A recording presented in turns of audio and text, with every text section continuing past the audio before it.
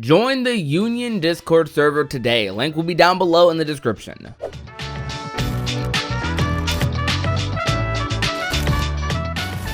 How's it going, ladies and gentlemen of YouTube? My name is Prodigy, and welcome to another video on the channel. Today, guys, we're going to be covering more of the Kingdom Hearts 358x2 Days Ultimania, and I've been enjoying this so much. I would dare say I would compare this Ultimania to like Kingdom Hearts 3 or Kingdom Hearts 1's in terms of like my enjoyment levels for it. This Ultimania really has been going in depth with the concepts, with the ideas, the inspiration behind like making this game, behind making Days. And what makes this even better is that I'm playing the game alongside it for the first time in nearly a decade, and now that I'm like way older, I can kind of appreciate like some of these things that I wouldn't have appreciated before. Nowadays I'm more of a gameplay head when it comes to Kingdom Hearts, and I can appreciate the combat, the repetitive gameplay a little bit more, and why Nomura made it that way, what his purpose was, what his goal was behind that, and how he made it kind of work. Everything in this Ultimania so far has been just so interesting and has made my love for Days like definitely grow a lot more.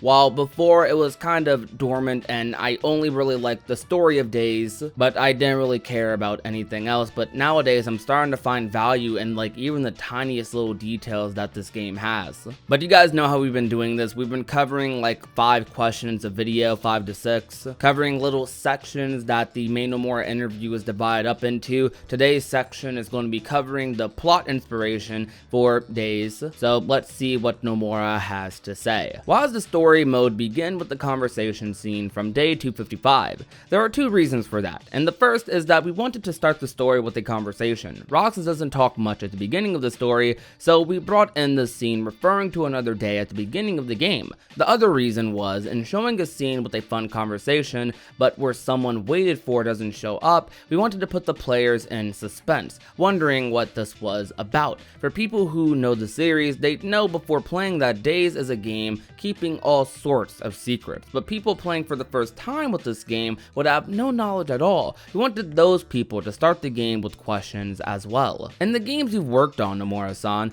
there are a lot of riddles like that implanted throughout the scenarios. I'm aware of that. When I'm writing the plot, as soon as I get an idea for the next scene, I try and make it go in a completely different direction. Even if I think it'd be great to have that person's true nature be this, it's boring if it's what people expect. So I start thinking carefully about who else they could be. I want to create some sort of surprise. I want there to always be something left to wonder about. That's what I think about when writing the plot. We've seen Nomura say similar things like this throughout all the other Ultimanias we've covered so far, and I'm pretty sure he's probably going to say similar things like this throughout the other Ultimanias we cover in the future as well. Nomura is a person who promotes speculation with these games. It seems like that's his goal with the Kingdom Hearts series when writing the story overall. Kingdom Hearts isn't one for very self-contained narratives. Any narrative that seems to be self-contained at a surface level likely has a lot of deeper layers that went unnoticed by the player, and every replay through, every rewatch of a cutscene, you start to notice something, start to question some things. He wants you to speculate. He wants you to keep guessing what's going to happen next, because it's boring if people know exactly what's going to happen. And although we may theorize and speculate about certain things, a couple of those things we've been right about. It's pretty rare for us to be right about a theory when it comes to Kingdom Hearts, because Nomura is very good at throwing us for a loop,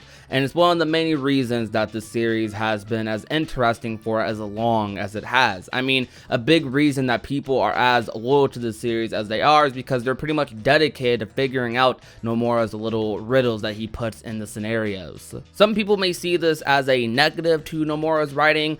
I personally see this as a big positive. Although I may admit he might go a little bit too far with it sometimes, providing more questions than answers. I'm in love with it. I'm probably going to continue to be in love with it. That mystery element of Kingdom Hearts is what I love. In the Kingdom Hearts series, there are a lot of mysteries that continue from other games in the series that keep the players interested. Yes, but it's a double-edged sword. The games probably seem difficult for people who haven't played played other games in the series to get into, so we're trying to make them so that they won't be that way. For example, in this game, we had the main character, Roxas, start out with having no memories. So people whom this is the first Kingdom Hearts game they played, they can learn about the world along with Roxas. We always worry about how to reset from the previous game. For example, even though you got Sora to level 100 in Kingdom Hearts, why is it that he starts at level 1 in KH2? Of course, it's a game. It has to start out like that. So we use Chain of Memory story to have them lose all of their abilities and then start anew. Okay, so discussing that question before we move on to the other two, I agree, it is a double-edged sword. I find it a little weird that Nomura goes out of his way to explain why Sora's at level 1, because I feel like no one would ever question those things. I mean,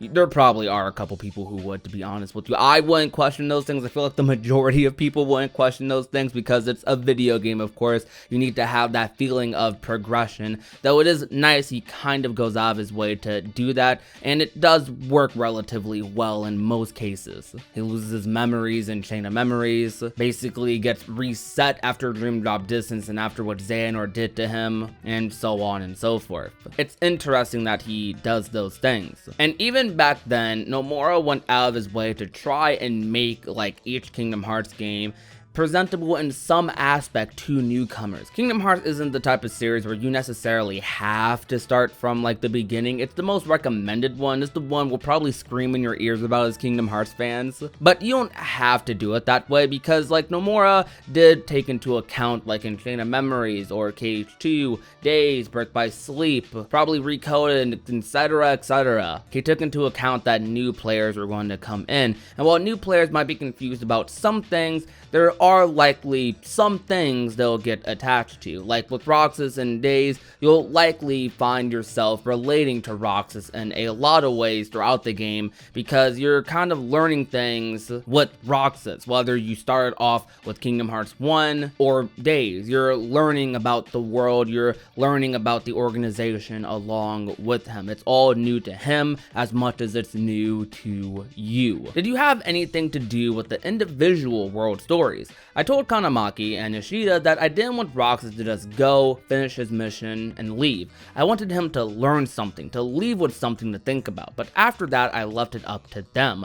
Though I didn't do any of the writing on this part myself, I did check the story, and when they were writing it for the scenario, I told them what revisions they should make. In the game, the organization tries to not do anything to bring attention to themselves, so our story became them hiding while other characters talk, and occasionally talking to a few other characters, and what they took from those conversations. There are quite a few things in the game that have a connection to Kingdom Hearts 2, like what happened at Beast Castle. Was this your decision? No, that had already been decided from the beginning, that there would be a lot of connections to Kingdom Hearts 2. Actually, having Pete was quite helpful. We were in a bit of a fix since this time we didn't have Dawn and Goofy, and there weren't really any Disney characters that we could see on multiple worlds. Fortunately, we had used Pete in Kingdom Hearts 2, so we could just use him. And that will be the final question for today's video. That's something I really like about Days worlds though. I actually do feel like their worlds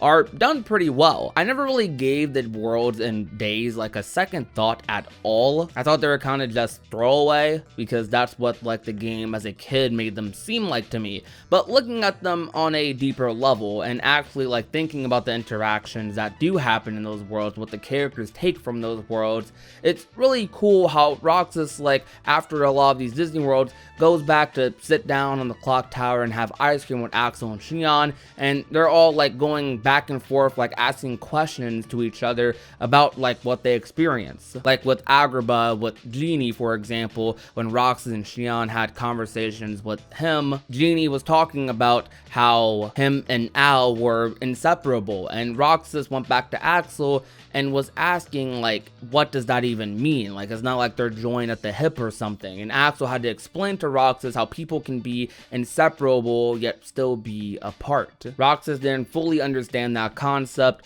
but it gave him some food for thought. And little interactions like that is what makes Disney Worlds and Kingdom Hearts in general, not just Days. This is something that happens throughout really all the Kingdom Hearts games, some more than others, of course. These Disney Worlds are meant to be lessons for these characters. They're supposed to take something out of each and every Disney World, which in most cases they do, which is something I just love and adore about Disney and Kingdom Hearts. That's why I feel like the series melds so well together with it. But that's going to about do it, guys. Thank you so much for watching today's video. If you enjoyed, leave a like, share the video with a friend or family member, and last but not least, if you have not already and want to become a part of the Union, all you have to do is hit that red little subscribe button down below. My name is Prodigy, and I will talk to you guys soon.